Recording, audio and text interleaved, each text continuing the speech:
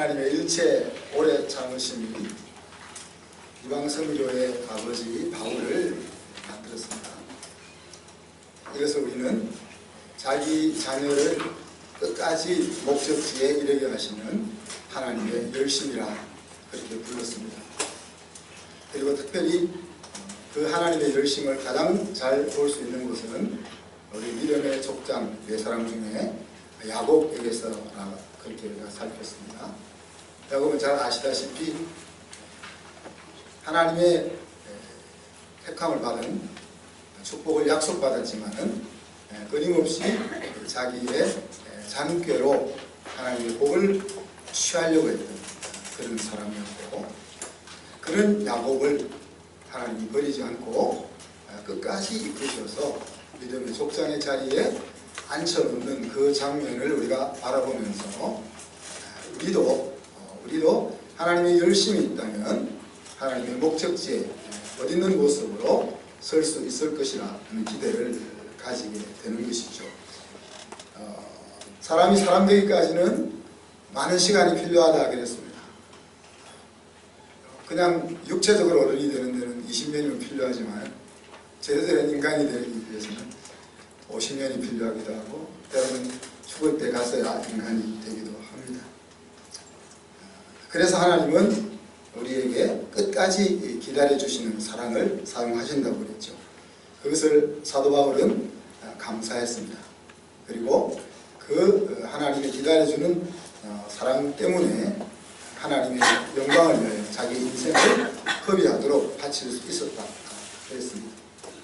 그래서 이렇게 이제 하나님과 바울 사이에 있었던 그 감사와 또 더한 감사가 이어지는 그런 이어짐이 우리 가정 속에 이루어질 수 있기를 우리가 다짐했었고, 또 그 감사라는 것이 마음과 또 행동으로 표현되어져야 한다 하는 것들을 생각했습니다.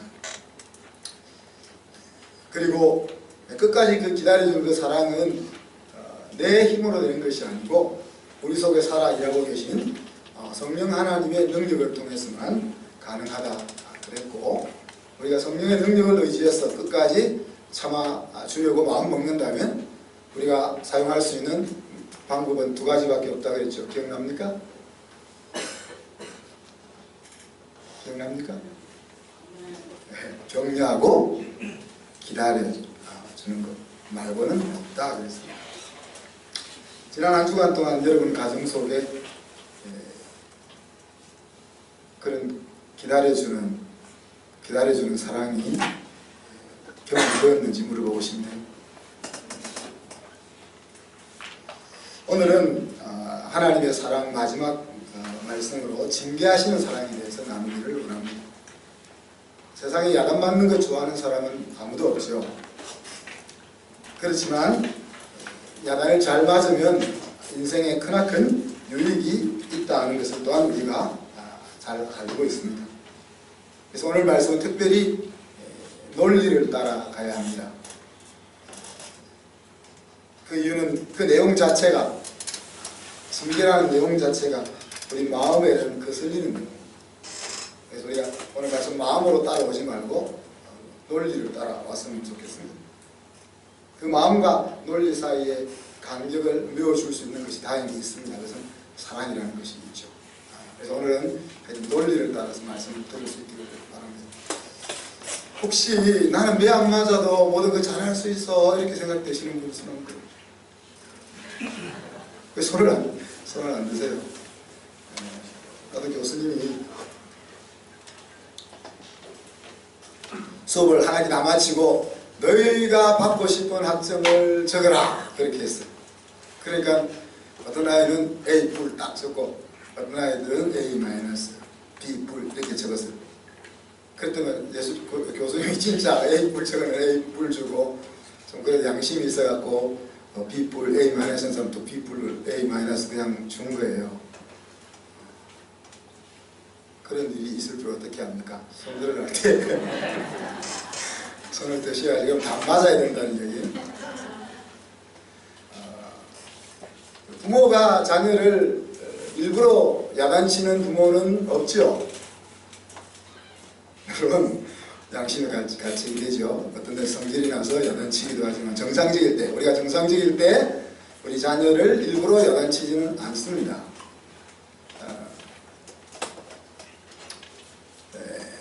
그러니까 야단을 맞는다는 것은 뭔가 작업을 해야 될 부분이 있다는 것을 의미하죠. 그럼 야단 맞지 않을 수 있는 방법은 뭐예요? 미리 알아서 기는 거죠.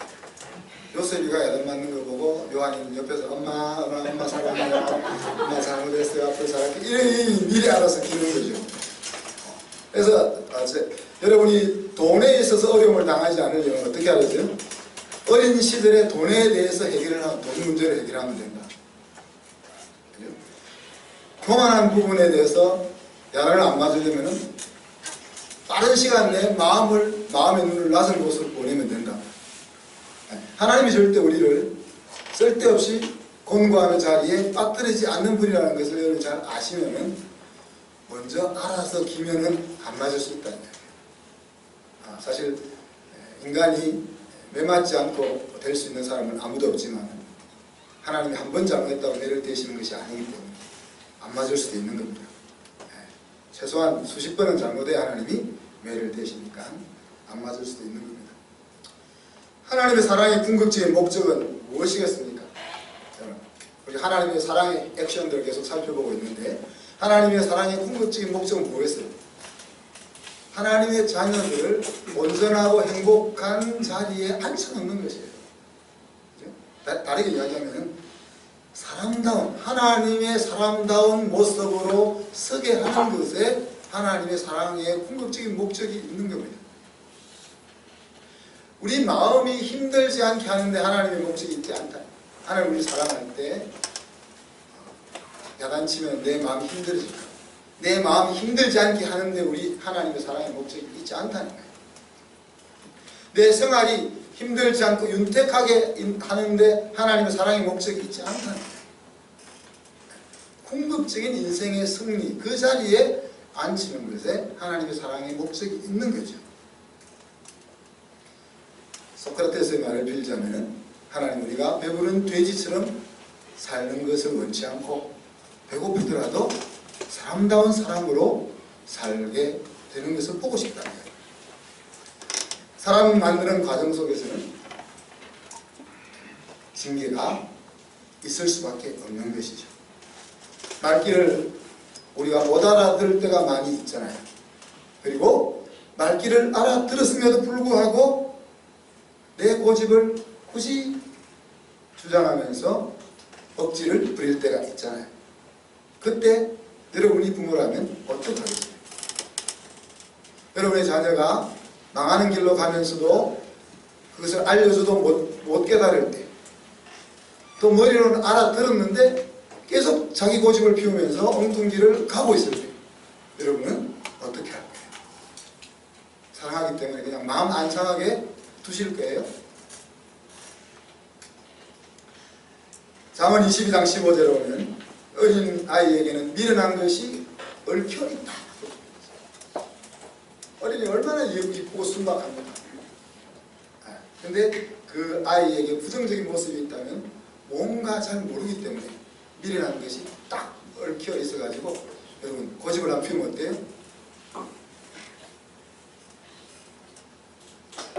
우리 제일 어린 우리 교회 제일 어린 아기 누구죠? 담인가? 담이보다 더 어린 아기 있나요? 네? 어머니가 다 네. 죄송합니다. 김담이 사장입니다. 우리 성정이가 제일 어린가요? 네? 성정이가 얼마나 이쁩니까? 보기만 봐도 그냥 이쁘잖아요, 그죠? 근데 걔가 고집 한번 피울 때 어때요? 그렇게 미련하게 엉켜있다는 건가요? 자, 특히 영적인 어린아이에게도 마찬가지겠죠. 우리가 육신적으로 어린 아이가 지 고집대로 난리를 치는 것과 똑같이 영적으로 어린 아이에게 동일한 미련함이 얽혀있는 거죠. 그래서 영적인 어린아이를 사도 바울은 육신에 속한 성도다 그렇게 불렀습니다. 하나님은 알지만은 살아가는 방식은 세속 가치를 따라 살아가는 사람이다. 그렇게 이야기하죠. 그래서 그 어린 아이에게 엉켜있는 어리석음을 몰아내는 데는 뭐가 제일 좋은 거예요? 내가 적당하다.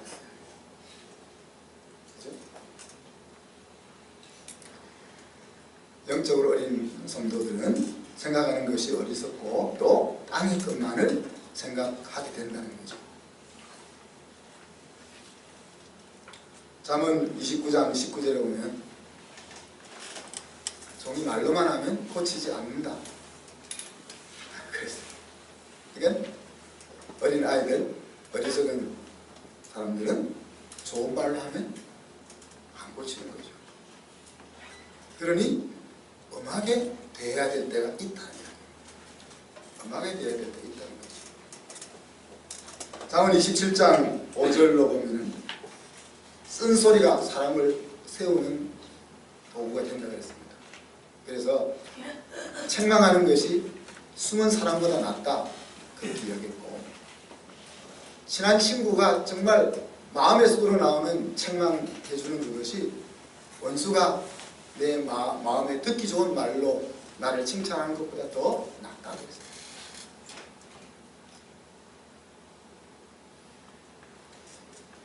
오늘 읽었던 본문 6절에도 보면 사랑하는 아들을 내가 어찌 징계하지 않을 수 있느냐 그렇게 이야기했잖아요. 하나님께서 사랑하는 자를 징계하시고 또 받아들이는 아들을 채찍질한다 그랬습니다. 여러분, 우리가 아무리 자녀들이 잘못된 길을 가도 야단을 쳐도 야단이 안 먹히면 어떻게 하죠? 죽을 때까지 더 야단 쳐요? 야단을 치다가 그냥 접습니다. 그죠? 근데 계속 야단을 친다는 것은 무슨 말입니까? 그 징계를 받는 아들에게는 채찍질 한다는 말이에요. 야단을 칠 때 그것이 듣기는 싫지만은 그것을 귀담아 들으려고 하는 아들에게는 계속 징계가 있다. 또 이 징계를 잘 하는 것을 통해서 어떤 일이 일어나는가 하면 잠언 29장 15절 17절에 보면 채찍과 부지런히 지혜를 우리에게 주고, 근데 그냥 임의로 그냥 가만히 놔두면 우리 자녀가 어떻게 한다고요? 어미를 욕되게 한다 그랬습니다. 그러니까 우리가 징계를 통해서 우리 자녀들이 부모에게 욕을 먹이는 자녀가 아니라 부모에게 자랑거리가 되는 자녀가 되게 이끌어준다는 얘기죠. 또 17절에 보면은 징계를 하면은 우리가 평안하게 되고 우리의 마음에 기쁨이 주어지게 된다 그랬습니다. 다르게 이야기하면은 우리가 우리의 자녀를 징계하는 것을 통해서 우리의 부모의 기쁨이 된다 그랬습니다. 자, 자녀를 바라보면서 부모가 축복하고 기뻐할 수 있는 자녀의 인생은 펼쳐져 있는, 행복을 향하여 펼쳐져 있는 인생이 될 거 아니에요? 우리가 매일 우리 자녀를 바라보면서 속상하고 짜증나고 야단쳐야만 하는 그런 자녀라면은 그 자녀의 앞길이 암울할 것은 뻔하지 않습니까? 부모가 기뻐할 수 있는, 부모가 평안할 수 있는 자녀가 된다는 것은 그 자녀의 인생의 길을 열어주는 것과 같다는 거예요. 또 오늘 읽었던 본문 10절에 보면은 하나님께서는 우리의 유익을 위해서 징계하신다 그랬고, 또 하나님의 거룩하심에 참여할 수 있도록 하기 위해서 징계하신다 그렇게 얘기했어요. 심지어 예수님께서 이렇게 말씀하시죠. 네가 두 눈을 가지고 지옥불에 던지는 것보다 차라리 한 눈을 잃어버리고 하나님 나라에 들어가는 것이 낫다. 그건 무슨 말입니까? 멀쩡한 몸을 가지고 망하는 길로 달려가면은 하나님의 사랑은 어디까지 갈 수 있다고요? 다리를 하나 분질렀어도 가는 길을 멈추고 하나님의 길로 가게 할 징계를 내릴 수까지 있다. 다르게 말하면 하나님 우리를 죽이는 징계까지 할 수 있는 그런 사랑을 가지고 있다. 우리는 그렇게 못하죠. 하나님의 사랑은 온전해서 우리가 가만히 살려두면 더 이상 돌이키지 않을 것이라고 여겨지면 죽일 수도 있는 사랑을 하나님은 가지고 있다.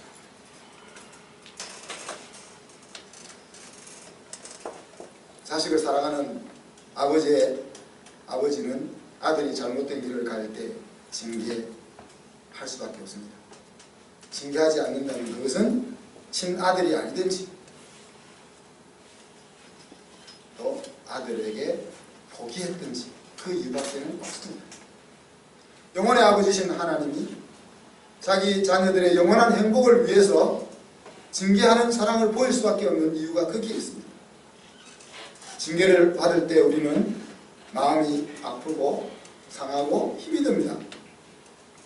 그러나 그럼에도 불구하고 우리가 그 징계를, 아버지의 징계를 잘 받아들인다면 아버지의 기대에 부응하는 훌륭한 모습을 갖추게 될 수 있다는 이야기죠. 자, 그렇다면 징계가 불가피하다면 하나님이 우리를 어떻게 징계하셨는지를 살펴보면서 또 우리는 어떻게 징계할 거냐 하는 것들을 생각해 볼 수밖에 없죠. 이때 우리가 신경 써야 될 하나는 징계를 하는 목적이 무엇이냐 하는 것을 마음속에 담고 있는 것입니다. 자, 우리가 하는 징계는 우리 자녀들이 잘못했기 때문에 그 잘못에 대한 대가를 치르게 하는 벌이 아닙니다. 그죠? 하나님이 우리를 징계하시는 것은 너 나 말 안 듣고 죄를 지었으니까 그 죄값을 치루어, 그런 벌을 내리는 것이 아니에요. 징계는 사랑하는 아들을 돌이켜 세우게 하기 위함이라는 이야기입니다.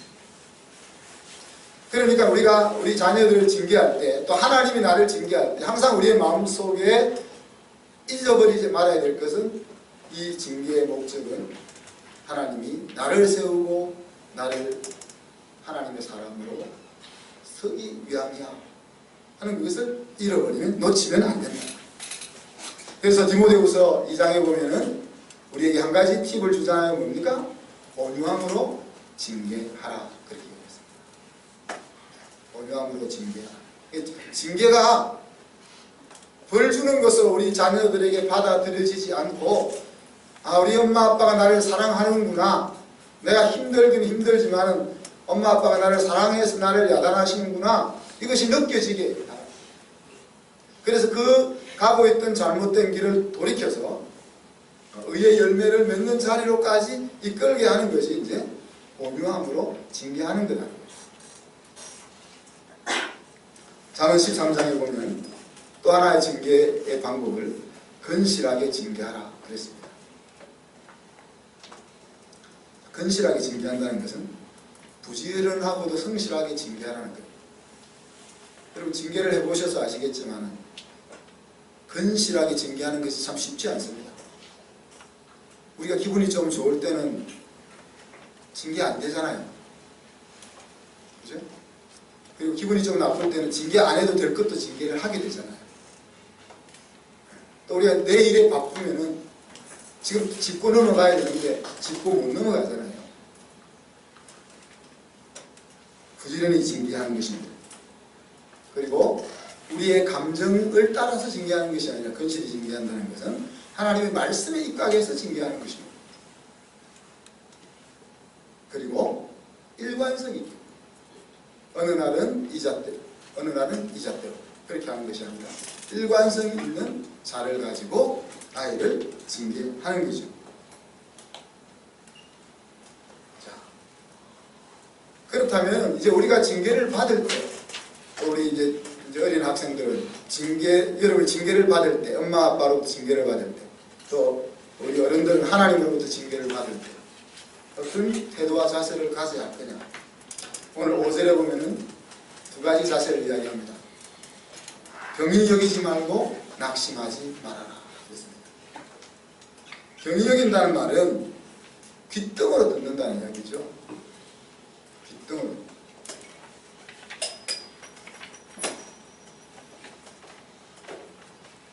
자, 징계라는 것은 부모가 자식이 하는 모습을 더 이상 그냥 볼 수 없다고 여겨졌을 때 하는 겁니다. 그러니까 그것을 귓등으로 여기면 어떻게 되는 거예요? 자기 인생을 망하게 만든다. 또 낙심하지 말라는 말은 무슨 말입니까? 징계를 지나치게 가슴으로 받지 말라는 거예요. 징계는 앞에서 언급한 것처럼 내가 잘못한 것에 대한 대가를 치르게 하기 위해서 벌 주는 것이 아니다. 징계 뒤에는 아버지의 사랑이 숨어 있다는 이야기죠. 그러니까 내 마음이 힘들지만은 그러나 그것 때문에 마음이 녹아내려서 주저앉을 이유는 없다는 거예요.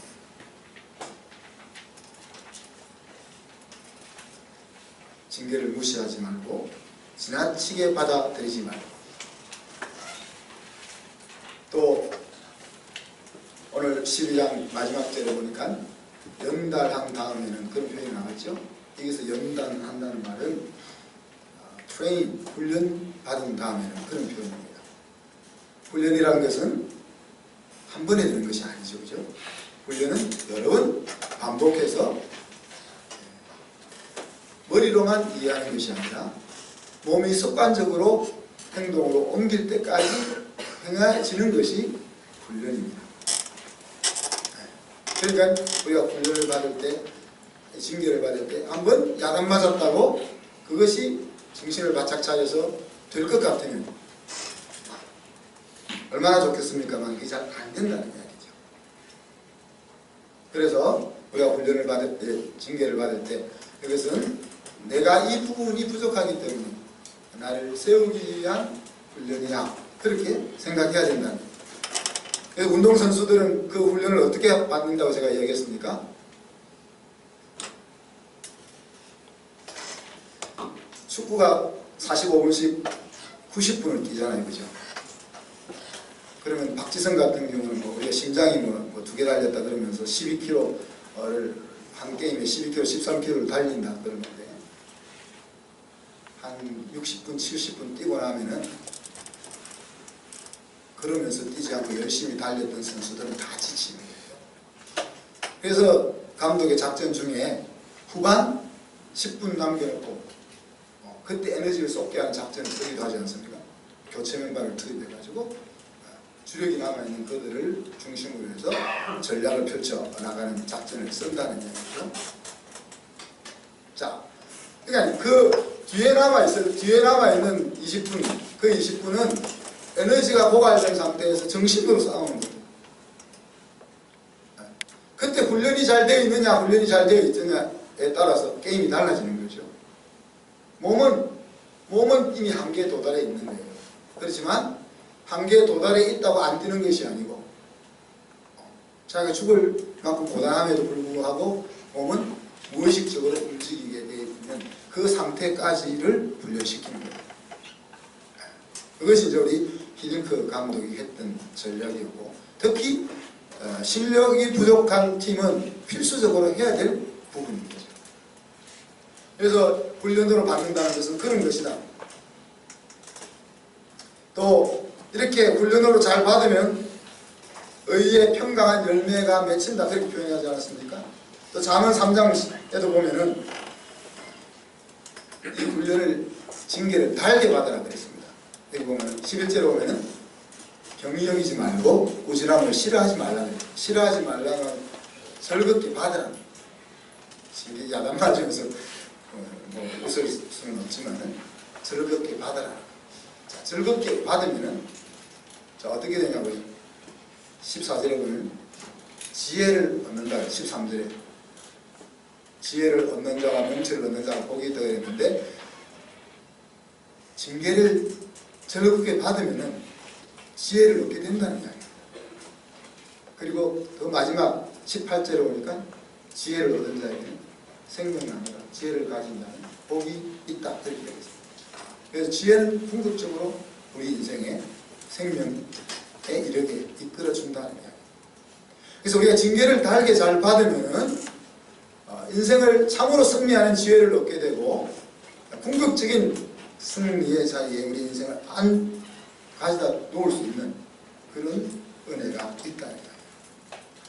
사랑하는 성도 여러분, 징계는 힘든 사랑의 표현이죠. 바로잡는 과정은 자신에게 익숙한 본성을 거스려야 하기 때문에 항상 쉽지가 않습니다. 시행하는 아버지나 받는 아들이나 모두 마음이 힘이 듭니다. 온전한 사람이 아무도 없다는 것을 생각할 때 사람에게는 징계라는 것이 있을 수밖에 없다는 것을 우리가 생각하게 되죠. 그렇지만 이 징계를 행할 때 있어서 중요한 것은 징계하는 자와 징계받는 자의 관계가 부서지지 않고 무너지지 않고 시행되어질 수 있어야 하는데, 그 관계가 유지되게 하는 것은 뭐라고 이야기했습니까? 사랑의 줄이라고 이렇게 했습니다. 하나님의 징계의 궁극적인 목적은 하나님의 자녀를 하나님의 거룩한 모습으로 갖추어 세우는 데 있다고 했습니다. 그래서 우리가 징계를 받을 때 우리는 낙심하지 않고 오히려 기쁨으로 받을 수 있는 관계까지 나아오기를 하나님은 기대하고 있습니다. 징계를 받을 때 우리의 마음이 힘이 들지만, 그렇지만 우리가 살아온 인생을 뒤돌아보면은 징계가 내 인생을 얼마나 빛나게 하는 약이 되었는지 하는 것들을 알 수가 있습니다.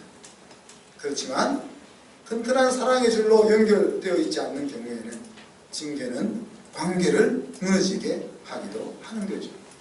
그래서 인생의 유익한 징계가 이루어지기 위해서는 무엇보다도 우리가 항상 부모와 자녀 사이의 사랑과 신뢰의 줄을 튼튼하게 만드는 작업들을 계속해야 됩니다. 이 사랑의 줄을 튼튼하게 만드는 작업은 우리 부모들에게 주어져 있는 과제입니다. 하나님은 그 줄을 엮기 위해서 당신의 특별한 아들을 십자가에 달려 죽게 했습니다. 그래서 그 사랑을 우리가 깨닫게 될 때 하나님과 우리 사이에는 그 사랑의 줄이 연결되었다 그랬습니다. 그래서 앞에서 말씀하신 것처럼 그런 줄이 연결되어 있기 때문에 하나님은 극단적으로는 우리를 죽이기까지 징계하실 수가 있는 거예요. 왜? 그 죽이기까지 징계할 수 있는 사랑의 굵은 줄이 하나님과 우리 사이에 엮여져 있기 때문에 그렇습니다.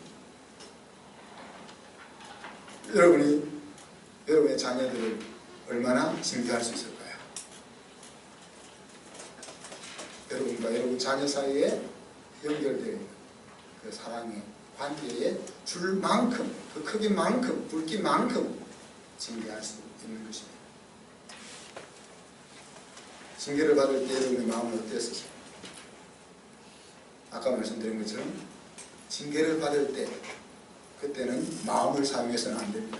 감정을 사용해서는 안 됩니다. 그때는 우리의 머리를 사용해야 합니다. 그 머리를 사용해야 된다는 말은 믿음을 사용해야 한다는 말입니다. 하나님이 나를 사랑하신다는 그 불변하는 사실, 그것을 가지고 불편한 내 마음을 밀어내고 그 징계를 달게 받아들여야 합니다. 그러면서 항상 생각해야 될 것은 하나님이 이 징계를 통해서 나에게 기대하는 것은 무엇일까? 그것을 빨리 깨달으면 그 징계는 빨리 사라지는 것입니다. 그러나 그것을 깨닫지 못하면 징계는 반복될 수밖에 없습니다. 하나님 우리에게 감당치 못할 시험 당하는 것을 허락지 않는다고 했습니다. 혹시 우리가 감당하지 못하는 자리에 빠지게 되면 피할 길을 주신다고 했습니다. 무슨 말입니까? 그냥 지나치는 일은 없다는 이야기입니다. 왜?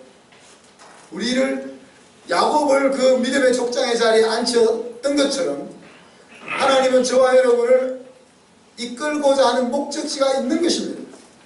그 목적지를 하나님은 접을 수가 없는 것입니다. 그런데 하나님의 징계가 임할 때 우리가 빨리 깨달으면 그 징계가 사라질 것이잖아요. 그런데 못 깨달으면 어떻게 해요? 시편 34편에 보니까 뼈를 눌려가지고 여러분 가뭄에 온몸이 녹아내릴 것 같이 고통 속으로 몰아넣기도 하신다고 했습니다. 더 눌리면은 죽어버리니까 다시 손을 놓지요. 그렇게 뼈를 눌려도 못 알아들으면은 더 눌리면 죽으니까 하나님 놓으시죠, 손을. 그럼 놓았다고 끝이 난 겁니까? 끝이 난 것이 아니라는 이야기예요. 왜? 그 문제를 해결해야만 되니까. 그 문제를 극복하고 일어서야만 되니까. 그걸 극복해야 된다고 계속 눌리면 죽을 것이니까. 계속 눌리지는 못하시고 하나님 다시 손을 떼십니다. 그래서 징계가 사라졌습니다. 그러나 사라진 것은 사라진 것이 아닙니다. 다시 살 힘이 나면 하나님은 다시 징계의 손을 뗄 수가 없습니다. 그래서 지혜로운 자는 하나님의 징계를 맞아서 생각하는 것입니다. 내가 왜 이 자리에 있어야만 하는가. 그래서 형통할 때는 기뻐하고 공부할 때는 생각하라고 그랬습니다. 하나님 우리에게 애매하게 곤고함의 자리로 몰아넣지 않으십니다. 우리가 여러 가지 유형의 곤고함을 인생을 살다가 만나게 될 텐데 그것이 지나가는 것이 중요한 것이 아닙니다. 지나가다가는 다시 또 찾아오길 마련입니다. 왜 그 곤고함이 찾아왔는지 깊이 생각하고 기도해서 그 곤고함의 뿌리를 끝 잘라내버려요. 그래야 다시 그 곤고함이 나에게 찾아오지